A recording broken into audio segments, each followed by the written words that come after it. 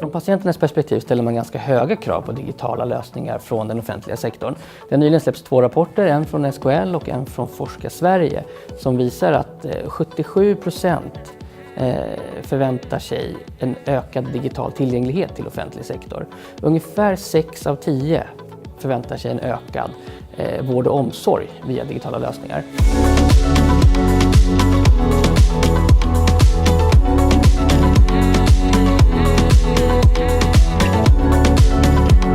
Trots att svensk vård rankas som en av de bästa i världen så har missnöjet med vården ökat hos allmänheten de senaste åren.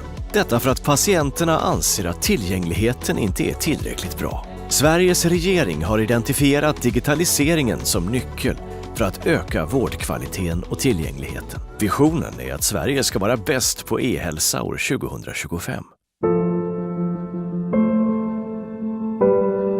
När det gäller att möta framtidens utmaningar i vård och omsorg så har ju digitalisering och e-hälsa en nyckelroll, skulle vi vilja påstå. Man kan inte lösa nya problem med gamla lösningar, och i och med att vi träder in i en ny era av digitala hjälpmedel, digital tillgänglighet och digitala lösningar, så kommer det här verkligen vara en av nycklarna för att möta det här. Vi kommer konsumera vård på nya sätt, vi kommer ge vård på nya sätt, vi kommer erbjuda en helt annan tillgänglighet. Det kommer vara stor skillnad på digital tillgänglighet och fysisk tillgänglighet. På Capios vårdcentral i Malmö har man lyckats öka tillgängligheten från 65% till 98% tack vare att man digitaliserat patientkontakten. I vårt system kan de välja flera olika val. Dels om de är engelsktalande eller svensktalande. Och sen kan de välja recept, de kan välja att bli uppringd och sen kan de välja att lämna en anamnes via ett digitalt annat system. Och då väljer de det aktivt i TeleQ. Och så får de en länk skickad till sin mobil och sen får de frågor de svarar på. Och sen skickar de den länken via TeleQ till oss. Och sen bokar de dessutom en tid att bli uppringd på och så ringer vi.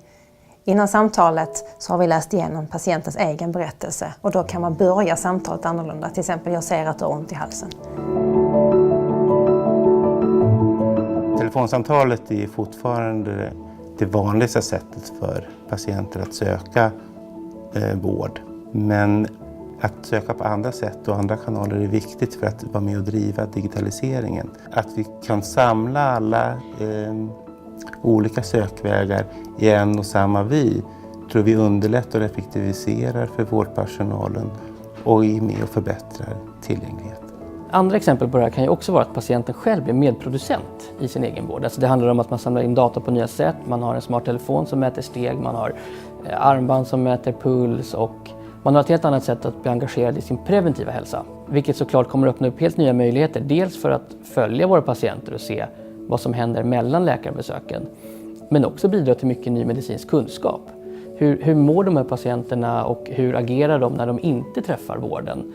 Och hur påverkar det den sjukdomsbild de har men också vilka lösningar vi kan erbjuda för dem. Så här kommer ju patienten på ett helt annat sätt bli en aktiv spelare i sin egen vård.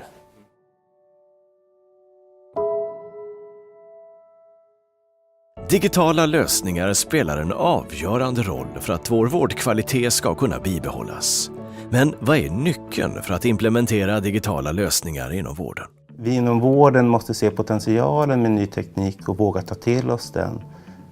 Men den nya tekniken måste alltid vara en garant för jämlik vård. Vi får aldrig glömma bort att ingen blir friskare, tryggare utav mer e-hälsa, utan det är bättre vård och omsorg som vi siktar mot. Så att vi måste vara noga med att se e-hälsa som ett medel att uppnå en mer jämlik hälso- och sjukvård, en mer effektiv hälso- och sjukvård och en mer patient- och rättssäker hälso- och sjukvård. Så att det är väldigt viktigt att komma ihåg att e-hälsa är ett medel, inte ett mål.